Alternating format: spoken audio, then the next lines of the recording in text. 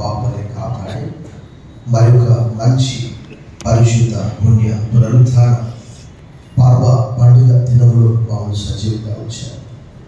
రోమపత్రిక 4:20 తెలియజేస్తుంది, ఆయన మన అపరాధముల నిమిత్తం అప్పగింపబడ్డాడు, మన నీతిమంతులుగా తీర్చిదిద్దడానికి తిరిగి లేపబడ్డాడు అని తెలియజేస్తుంది.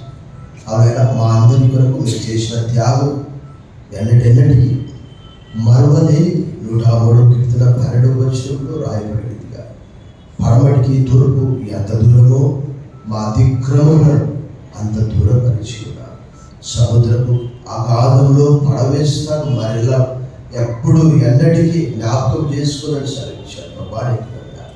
నీ ప్రియ కుమారుని ద్వారా మా కలుగజేసి అనేకమైన ఆధ్యాత్మిక భౌతిక ఆరోగ్య దీవెనల కొరకు ఎఫెసీయులు 1:3 యాకోబు 1:15 మన ప్రభువైన యేసుక్రీస్తు యొక్క తల్లి యొక్క దేవుడు స్తుతింపబడునుగాక.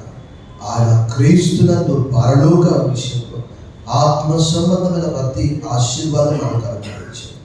ప్రతి శ్రేష్టమైన ఈవియో సంపూర్ణమైన ప్రతి వరము పరసంబంధమైన జ్యోతిర్మయము తల్లి నుండి వచ్చు. ఈ దినం సజీవులమై నీ మందిరంలో నేను సేవిస్తున్నాను. దాసులుగా మమ్మల్ని మేము తగ్గించుకుంటూ నీ నామాన్ని హెచ్చిస్తూ ఈ స్తుతి ఆరాధన మా రక్షకుడు మా విమోచకుడు క్రీస్తు నామంలో నీకు సమర్పిస్తున్నా మా ప్రియ పరలోక తండ్రి. దయచేసి కూర్చోండి, please be seated. Welcome to this Lone Star Telugu Baptist Church third service. Great to all the name of our Lord and Savior Jesus Christ. ఈ ఉదయకాల ఆరాధనకు కూడి వచ్చిన మిమ్మల్ని ప్రభువుకు ఆహ్వానిస్తూ ప్రభువు రక్షకుడైన యేసుక్రీస్తు వారి దివ్య శుభ శక్తి గల నామంలో మీ అందరికి శుభములు సమాధానం కలుగును గాక. ప్రభునందు మీకు ప్రియులారా, మీ అందరి క్షేమం తలస్తూ ప్రార్థిస్తున్నాము. మీకు ఏదైనా ప్రార్థన అవసరంతో మాకు తెలియజేయగలరు.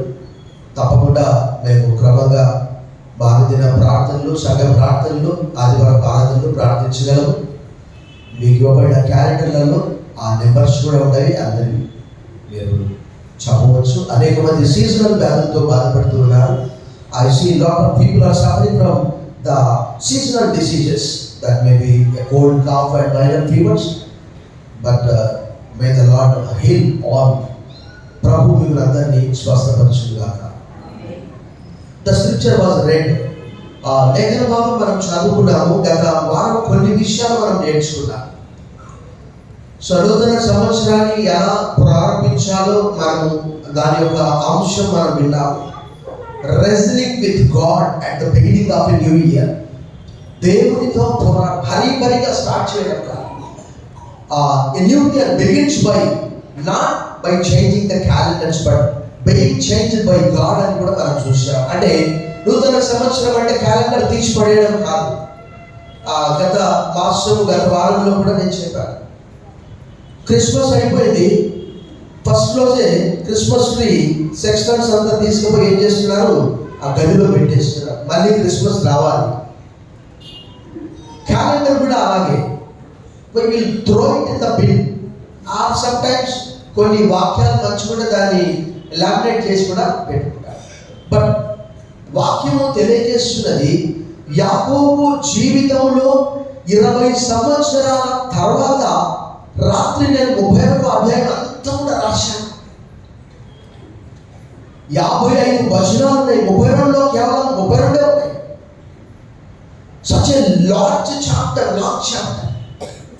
అక్కడ అటు చూస్తే లాభం తరుగుతా ఉన్నాడు ఒకవైపు, ఇటు చూస్తే 400 మందితో ఎవరు ఏషా వస్తున్నాడట. భయం కొట్టుకున్నది.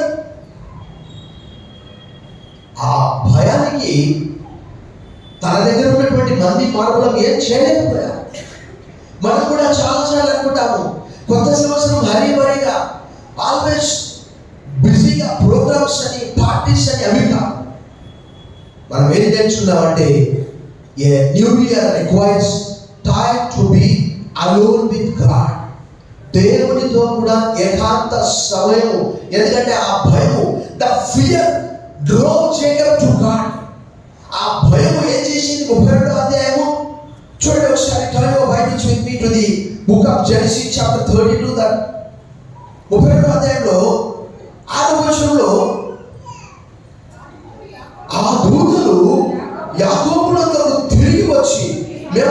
సహోదరుడైన ఏశావు వద్దకు వెళితివి, అతడు 400 మందితో నిన్ను ఎదుర్కొని వస్తున్నాడని చెప్పగా యాకోబు మిక్కిలి భయపడి చూశాడు.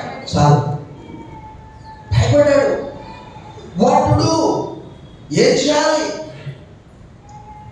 నిజంగా ఒకవేళ if you don't spend time alone with the lord, the world fears.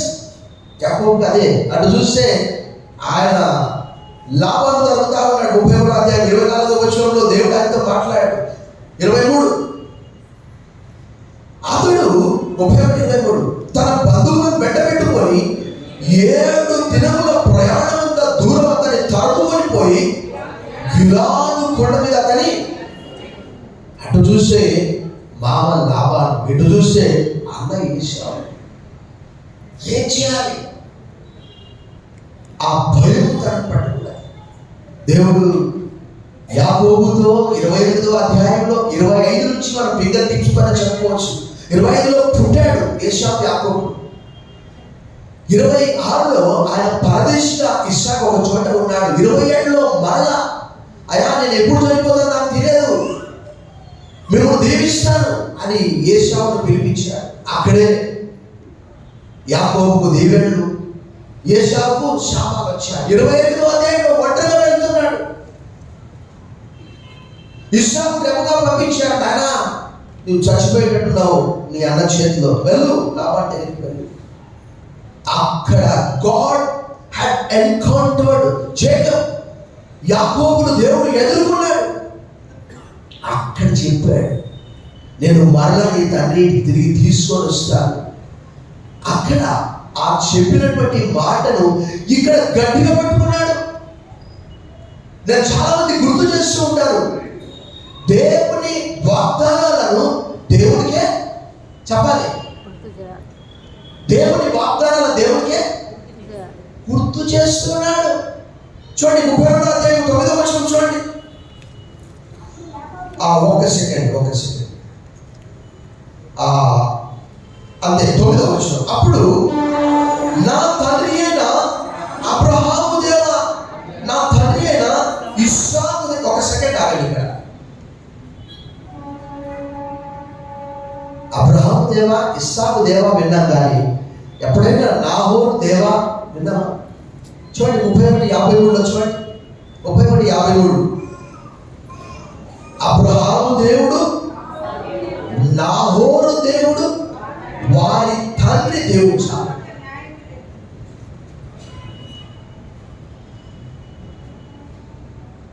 So ఇక్కడ అబ్రహాము దేవా, ఇస్సాకు దేవా, నాహోరు దేవా, నీ దేశమునకు నీ బంధువులకు తిరిగి వెళ్ళుము, నీకు మేలు చేసేదని నాతో చెప్పిన యెహోవా. దేవుని మాట దేవునికే. The Bible says, the book of Psalms 37:31, the law of the Lord is in their hearts, their steps do not stumble. వారి దేవుని ధర్మశాస్త్రము వారి హృదయంలో ఉన్నది, వారి అడుగులు దేవుని వాక్యాన్ని పట్టుకోవాలి. ఊరుక టైం పాస్ చేస్తా ఉంటారు, ప్రార్థన చేసుకోరు, బైబిల్ చదువుకోరు. కానీ యాకోబు 8వ సంవత్సరంలో దేవుని వాగ్దానాలను దేవునికే జ్ఞాపకం చేస్తూ ఉన్నాడు. చూడండి 10వ వచనం, నీవు నీ సేవకునికి చేసిన సమస్తమైన ఉపకారములకును సమస్త సత్యములకును అపాత్రుడను. I not deserve. ఎట్లనగా నా చేతి కర్రతో మాత్రమే యోర్దాను దాటిని ఇప్పుడు నేను నా సహోదరుడైన ఏశావు చేతి నుండి దయచేసి నన్ను, అతడు వచ్చి పిల్లలతో తల్లిని నన్ను చంపునేమని అతనికి the fear drove Jacob to God. ఆ భయము దేవుని అతను నడిపించింది. అతనంటే ముందు నేను తోపనుకున్నాడు, చాలా బులలని అనుకున్నాడు, చాలా బలవంతుడు అనుకున్నాడు. The Bible says God opposes the pride. దేవుడు అహంకారాన్ని ఎదిరించి దీనులకు యాకోబు పత్రిక 4:6-10 రాయాలి. ప్రభు దృష్టికి మిమ్మల్ని మీరు తగ్గించుకోనండి. ఇక్కడ దేవుడి దగ్గర దేవా అంతవరకు దేవుడు నేనే అని అనుకున్నాడు. పౌలు అన్నాడు, I have been crucified with Christ, no more I, Christ lives in me. నేను క్రీస్తుతో కూడా సిలువ వేయబడి ఉన్నాను.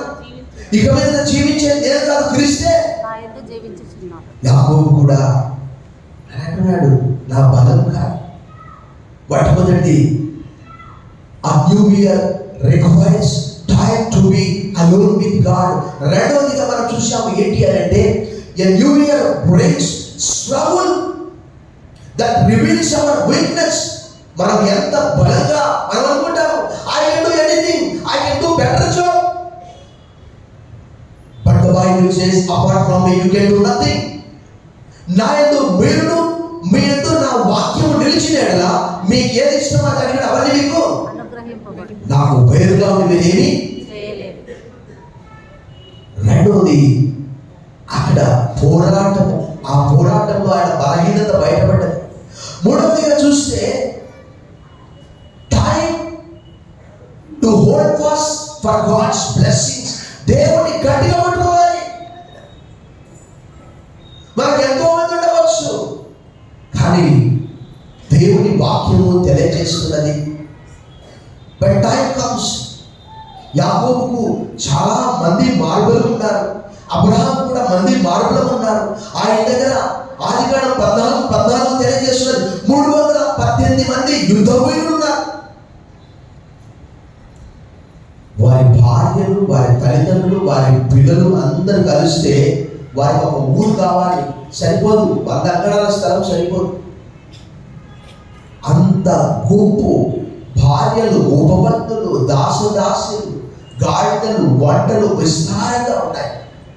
బట్ దేవుణ్ణి గట్టిగా పట్టుకున్నాడు ఆ రాత్రి అంతా కూడా. చూడండి అక్కడ 32వ అధ్యాయం 26వ వచనం, ఆయన తెల్లవారుచున్నది కనుక నన్ను పోనిమనగా అతడు నీవు నన్ను ఆశీర్వదించితేనే కానీ నన్ను. ఇక్కడ మనం ఒక చిన్న ప్రశ్న వేసుకోవాలి. ఆశీర్వాదం అంటే అసలు అబ్రహాము, ఇస్సాకు, యాకోబుల గురించి ఏమని రాయబడింది? ఆదికాండం 13:2 అబ్రహాము వెండి బంగారము పశువులు కలిగి బహు ధనవంతుడై ఉండననే మాట రాయబడ్డది. అబ్రహాము తన కలిగినది యావత్తు ఇస్సాకు ఇచ్చిననే మాట కూడా రాయబడ్డది. వెండి బంగారము దాసులు ఉన్నట్లు 24వ అధ్యాయంలో ఎలియెజర్ అనే ఒక దాసుడు దమస్కు వాడు తెలియజేస్తున్నాడు. 37 వచనాలు.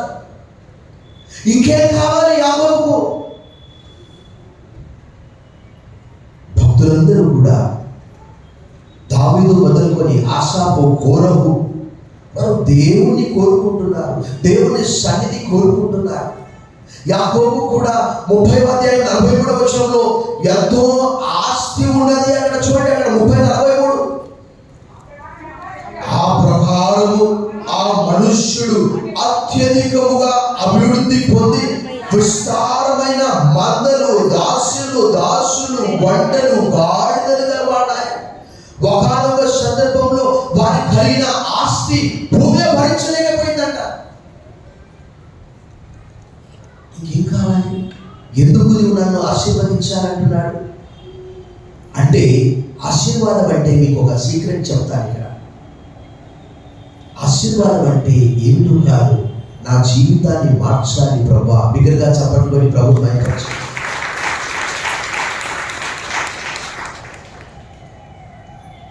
ఎందుకంటే నాలో బలహీనత ఉంది ప్రభా. నేను మోసగాన్ని, నా తండ్రిని మోసం చేశాను, నా సహోదరుని మోసం చేశాను. దేవుని వాక్యంలో రాయబడ్డది. సారాయి అంటే జగడగొండి బొమ్మ, నీ పేరే జగడగొండి, అది నీ పేరు మార్చేస్తా. సారా అంటే అర్థం ఏంటి? రాజకుమారి. ఆదికాండం 17వ అధ్యాయం 15వ వచనం. అబ్రహాం అంటే గొప్ప తండ్రి. ఏమైనా ఒక్క పిల్లగాయ కూడా లేడు, నీవేం తండ్రివి అని అబ్రహాం పేరును అబ్రహాముగా మార్చాడు. అనగా జనములకు తండ్రి. బిగ్గరగా చెప్పడం ప్రభువు భయపరచాడు. ఆశీర్వాదం కొరకు దేవుడిని గట్టిగా పట్టుకుంటున్నాడు. ఆశీర్వాదం అంటే ఏంటో కాదు, నా పేరు మార్చాలి ప్రభువా. A new year requires a changing of identity. ఆ యాకోబు పేరు దేవుడు మార్చేస్తున్నాడు. అబ్రహాం పేరు అబ్రహాంగా మార్చాడు. సారాయి పేరు సారాగా మార్చాడు. నీ గర్భంలో నుండి రాజులు వస్తారని చెప్పాడు దేవుడు. ఆదికాండం 17:16 ఆదికాండం 17వ అధ్యాయంలో అబ్రహాంతో అన్నాడు, అనేక మంది జనములకు నువ్వు తండ్రిగా ఉంటావు, నీ సంతానాన్ని నేను ఆశీర్వదిస్తా, నీ గర్భంలో నుండి జనాలు వస్తారని చెప్పాడు. అలా యాకోబు అంటే మనం అక్కడ చూసాం. ఒకసారి మనం 25వ అధ్యాయం చూస్తాం. చాలా మందికి they don't open their Bibles, so because of that I want to show them the book of Genesis chapter 25 verse 25. 25 మొదటి వాడు ఎర్రని వాడుగా బయటికి వచ్చాను, అతని ఒళ్ళంతయు రోమ వస్త్రం వలె నుండెను కనుక అతనికి ఏశావు అను పేరు పెట్టింది. అనగా రోమము లేక ఎర్ర. 26వ వచనం. తర్వాత అతని సహోదరుడు బయటికి వచ్చినప్పుడు అతని చెయ్యి ఏశావు మడిమెను పట్టుకొని ఉండదు కనుక అతనికి యాకోబు అను పేరు పెట్టబడెను. అనగా మడిమెను పట్టుకొనిన వాడు లేక time to change the identity. ఆ స్థలాన్ని కాదు మార్చడం. ఈ నూతన సంవత్సరంలో కొంతమంది అనుకుంటారు, ఇంకా ప్రభువా నాలో కీర్తనకారుడు నా యందు నీకు ఆయాసకరమైన మార్గం ఉన్నదేమో, నన్ను పరీక్షించి నిత్య మార్గమును నడిపించుము కీర్తనకారుడు ప్రార్థిస్తాడు. యాకోబు కూడా పేరు మార్చబడాలి. యాకోబు ఇశ్రాయేలుగా మార్చబడాలి. ఈ సంవత్సరం మన జీవితం మార్చబడాలి ప్రభు సన్నిధిలో. యాకోబు పత్రిక 4వ అధ్యాయం 6 నుంచి 10లో రాయబడినదిగా, దేవుని ఎదురు రండి, అప్పుడు ఆయన మీ ఎదురుకు వచ్చును. దేవునికి లోబడి ఉండండి, అప్పుడు అపవాదిని మీరు ఎదిరించగలరు. యాకోబుకు ఎంతో సైన్యం ఉండవచ్చు, ఎంతో మంది ఉండవచ్చు, కానీ ఆయన దేవుని యొద్దకే వచ్చాడు. భక్తుడు 27వ కీర్తన 4వ వచనంలో ఒకే ఒకటి అడుగుతూ ఉన్నాడు. The book of Psalms 27 verse 4. యెహోవా యొద్ద నేను ఒక వరము అడిగి తిని అని భక్తుడు అంటున్నాడు. ఆ వరం ఏంటో మనం చూసాం. చదవండి 27వ కీర్తన 4వ వచనం. యెహోవా యొద్ద ఒక వరం అడిగి తిని దాన్ని నేను వెతుకుచున్నాను. ఏం కొడుతున్నాడు? యెహోవా ప్రసన్నతను చూచుటకును ఆయన ఆలయంలో ధ్యానించుటకును నా జీవిత కాలం అంతయు నేను యెహోవా మందిరంలో. భక్తుని కోరిక ఒకే ఒకటి. యాకోబు కూడా నీవు నన్ను ఆశీర్వదిస్తేనే కానీ నేను పోనీయనని అన్నాడు. 4వ భాగంలో చూస్తే కొంతమంది అనుకుంటారు, ఎవరు నన్ను గుర్తిస్తే, గుర్తించవలసింది మనుషులు కాదు. మనుషులు పైరూపాన్ని చూసి లక్ష్య పెట్టుతారు. దేవుడు అంతరంగాన్ని చూసే వ్యక్తి. దావీదును అంతరంగంలో చూసి ఇతడు నాకు ఇష్టమైనటువంటి వాడు అని అనుకున్నాడు. ఇశ్రాయేలీయుల మీద రాజుగా నియమించాడు. ఇక్కడ కూడా యాకోబు పేరు మార్చబడ్డది 32వ అధ్యాయంలో. ఇక మీదట చూడండి అక్కడ 32వ అధ్యాయం 25వ వచనం. అప్పుడు ఆయన నీవు దేవునితోను మనుషులతోను పోరాడి గెలిచితివి కనుక ఇక మీద నీ పేరు ఇశ్రాయేలే గాని యాకోబు అనగా. చూడండి, దేవునితో పోరాడువాడు. దేవునితో పోరాడడానికి ఎంత బలం కావాలి, ఎంత శక్తి కావాలి. దేవుడు ఆయన పేరు మార్చేశాడు, ఆయన జీవితాన్ని మార్చేశాడు. అన్య ప్రవక్తలు కూడా ప్రవచించారు. యాకోబు యొక్క రేణువులను ఎవరు లెక్కించగలరు అని బిలామన్నాడు 23:10లో. యాకోబు యొక్క 4వ పాలను ఎవరు లెక్కిస్తారు అన్నాడు. నాలుగవ భాగంటే యూదా. యాకోబులో నక్షత్రం ఉదయించునన్నాడు 24:17. ఈ యాకోబును దేవుడు పేరు మార్చేశాడు. యాకోబు ఇశ్రాయేలుగా మార్చబడ్డాడు. ఒక జాతిగా, శక్తివంతమైనటువంటి జాతిగా వారు ఏర్పడ్డారు. ప్రభునందు మిక్కిలి ప్రియులారా, కొంతమంది నన్ను ఎవరు గుర్తించట్లేదు అని అనుకుంటారు. గుర్తించవలసింది మనుషులు కాదు. 20 సంవత్సరాలు గొడ్డు చాకిరి చేశాడు, కానీ ఆయనకు అక్కడ ఏ గుర్తింపు లేదు. కానీ ఇక్కడ దేవుని గట్టిగా పట్టుకున్నప్పుడు, he who humbles himself will be exalted, he who exalts himself will be humbled. The Bible says, the gospel according to St. Matthew chapter 23:12. దేవుని దృష్టికి మిమ్మల్ని మీరు తగ్గించుకోనండి. యాకోబు పత్రిక 4:6-10 చెప్తాడు. 4:10 ఒకసారి చదవండి. Letter of James chapter 4:10. ప్రభువు దృష్టికి మిమ్మల్ని మీరు తగ్గించుకోండి. ప్రభువు దృష్టికి మిమ్మల్ని మీరు యాకోబు వచ్చేటప్పుడు, పోయేటప్పుడు హృదయంగా వెళ్ళాడు. వచ్చేటప్పుడు హంబుల్ ప్రేయర్, యెహోవా నీవు నీ సేవకునికి చేసిన సమస్తమైన మేలులకు సత్యమునకు అపాత్రుడను. ఈ చేతి కర్రతో నేను యోర్దాను దాటింది, ఇప్పుడు నేను 2 గుంపులైతే, దయచేసి మా సహోదరుడైన ఏశావును నేను తప్పించు బ్రహ్మా. మన కొత్త సంవత్సరంలో కూడా all the failures, all the fears దేవుని జ్ఞాపకం చేసుకో. దేవుని వాక్యంలో రాయబడింది 56వ కీర్తన 3వ వచనంలో, నాకు భయము సంభవించు దినమున నేను ఆశ్రయించును అంటాడు. 57వ కీర్తన 2వ వచనంలో అంటాడు, మహోన్నతుడైన దేవునికి నా కార్యం సఫలం చేయి, దేవునికి నేను ఆయన పేరు మార్చబడ్డది. యాకోబు ఇశ్రాయేలుగా మార్చబడ్డది.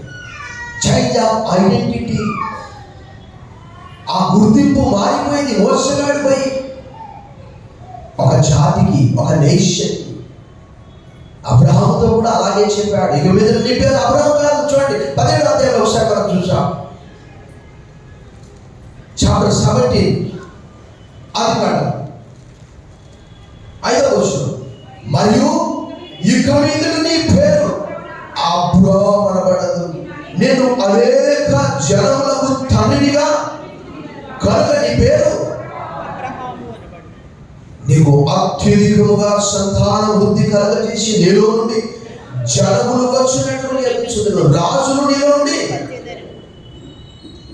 సారాతో కూడా అది మాట చెప్పాడు. చూడండి 15వ వచనం, మరియు దేవుని భార్య అయిన సారై పేరు సారై అనబోదు, ఎలా ఆమె పేరు అనగా రాజకుమారి, నేను ఆమెను ఆశీర్వదించి ఆమె వల్ల నీకు కుమారుని కలగజేసి, నేను ఆమెను ఆశీర్వదించిన ఆమె జనములకు తల్లి అయిన జనముల రాజులు.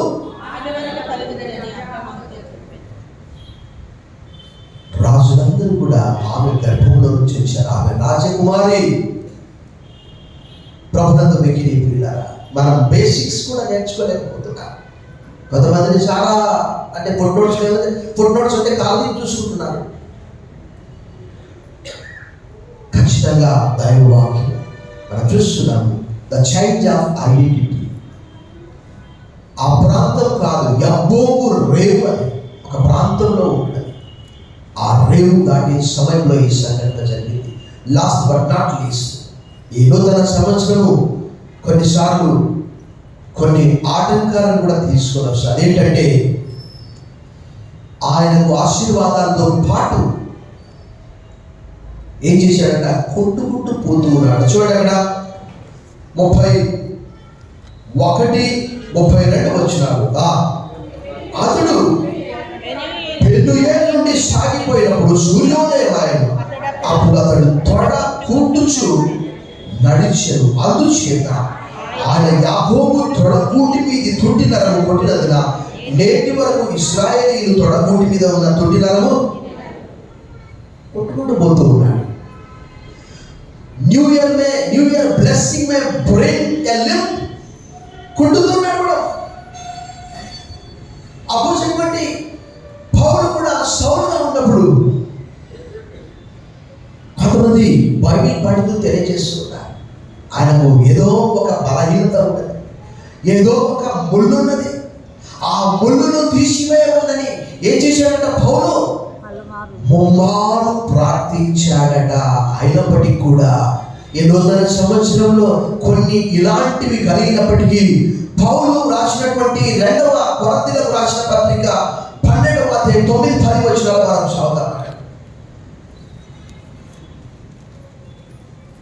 8లో కూడా రాయబడింది, అది నా యొద్ద నుండి తొలగిపోవలనని దాని విషయమై ముమ్మారు ప్రభువును వేడుకొంటిని, అందుకు నా కృప నీకు చాలును, బలహీనత యందు నా శక్తి పరిపూర్ణమగుచున్నదని ఆయన నాతో చెప్పాను. కాగా క్రీస్తు శక్తి నా మీద నిలిచుడు నిమిత్తం, అనగా నన్ను కప్పు నిమిత్తం విశేషంగా నా బలహీనతల యందే బహు సంతోషంగా నేను ఎప్పుడు బలహీనుడను అప్పుడే బలవంతుడు.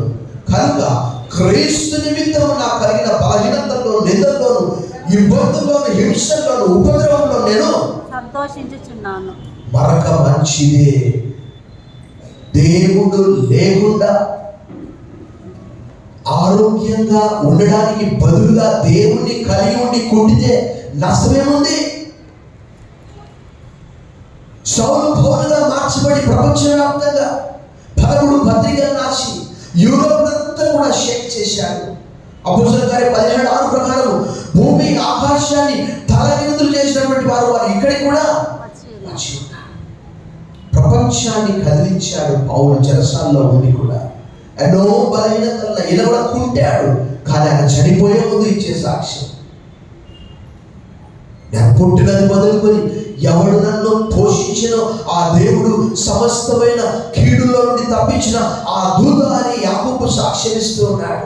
48 ఆదికాండం 15వ వచనంలో, God was my shepherd all these days, you have been my shepherd. కాపరిగా ఉన్నావు. ఏమీ కాదు. కొన్నిసార్లు దేవుడు మనకు బలహీనతలు కూడా పెడతాడు.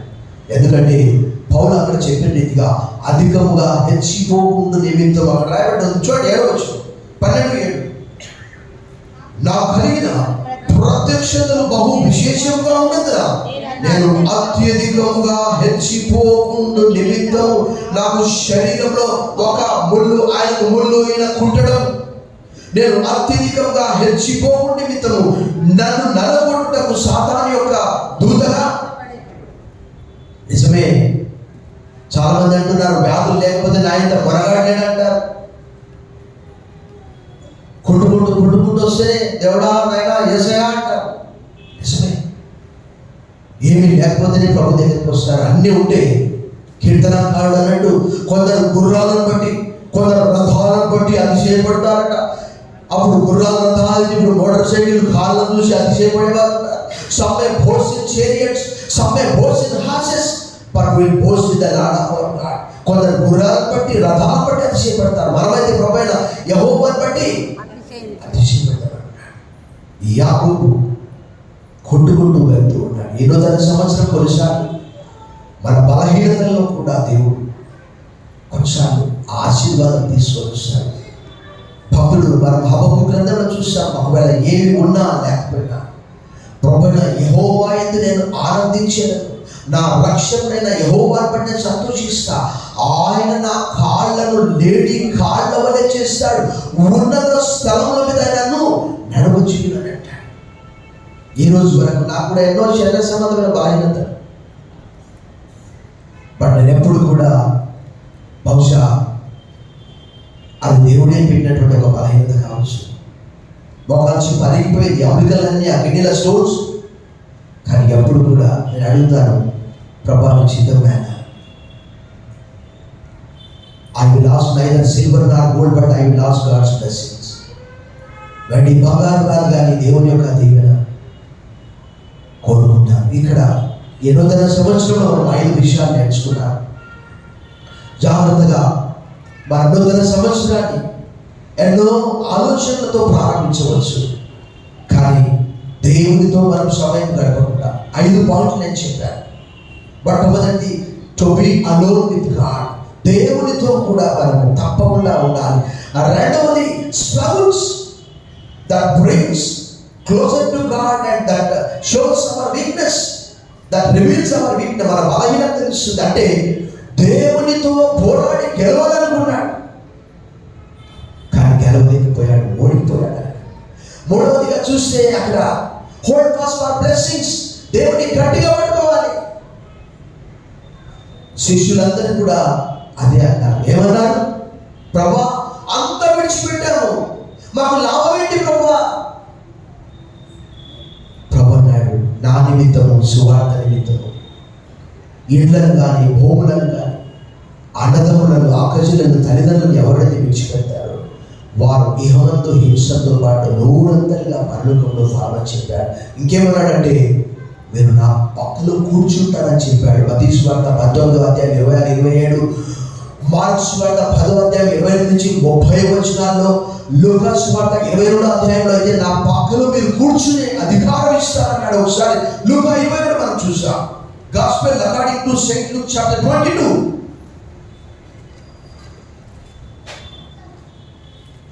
verse 29. కనుక నా తండ్రి నాకు రాజ్యమును నియమించినట్టుగా నా రాజ్యములో నా బల్ల యొద్ద అన్నపానములు పుచ్చుకొని సింహాసనముల మీద కూర్చుని ఇశ్రాయేలు 12 గోత్రముల వారికి మీరు తీర్పు తీర్చుటకై నేను మీకు దేవుని వాక్యము తెలియజేస్తున్నది. కొరింథీయులకు రాసిన మొదటి పత్రిక 6వ అధ్యాయంలో దేవదూతలకు సైతం మనం తీర్పు తీర్చగల వారమై ఉంటున్నారు అని భక్తుడు పౌలు తెలియజేశారు. వారు కూడా మనకంటే తక్కువే. ఇహలోక సంబంధమైన దీవెనలు కాదు. దేవుని గట్టిగా పట్టుకుంటే దేవుని ఇచ్చే దీవెనలు అవి ఇహలోక సంబంధమైనటువంటి కాదు. చైల్డ్ ఆఫ్ ఐడెంటిటీ, ఆయన పేరు, ఆయన నివసించే ప్రాంతం కాదు, ఆయన జీవితాన్ని మార్చేశాడు. చాలా మందికి యూదులు ఎవరు, ఇశ్రాయేలు ఎవరంటే కూడా తెలియదు. ఏదో ఒకటే యూదా మతంలో నుంచే క్రైస్తవ మతం వచ్చింది. చెట్ట ఒకటే, కొమ్మలు వేరు. ఐదవదిగా చూస్తే new year May brain blessing with lymph. ఒకవేళ కుంటుతూ కూడా అనగా అనారోగ్యం కావచ్చు. ఎందుకంటే సామెతలు 20:30లో రాయబడింది. ఏమని రాయబడింది? గాయములు చేయు దెబ్బలు అంతరంగంలో చొచ్చి చెడుతనాన్ని తొలగిస్తుందట. యాకోబు పేరు మార్చబడింది, ఆయన జీవితం మార్చబడింది. పాడబడుతూ ఉంటారు కదా, యాకోబు మోసగాడై తన్నింటిని విడిచారు, యాకోబు ఇశ్రాయేలై తన్నింటికి. నూతన సంవత్సరంలో హరిబరిగా నూతన సంవత్సరంలో ప్రవేశించడం కాదు. లేఖనాలు ఎరగనటువంటి ప్రజలు కాదు. లేఖనాలను సంపూర్తిగా మనం పరిశోధించి యేసుప్రభు అన్నారు, మీరు నిత్య జీవం వరకు వెతుకుతున్నారు కానీ ఆ లేఖనాలలో నిత్య జీవం మీరు వెతుకుతున్నారు. లేఖనాలన్నీ కూడా ఎవరి గురించి చెబుతున్నాయి? యోహాను సువార్త 5వ అధ్యాయంలో యేసుప్రభు చెప్పినటువంటి ఆ మాట చూడండి. యోహాను సువార్త 5వ అధ్యాయంలో ప్రభు చెప్పినటువంటి ఆ మాట చూడండి. అక్కడ రాయబడినటువంటి మాట చూడండి. అక్కడ 5వ అధ్యాయం 39వ వచనం, లేఖనముల యందు మీకు నిత్య జీవం కలదని తలంచు వాటిని పరిశోధించున్నారు, అనగా పరిశోధించుడి.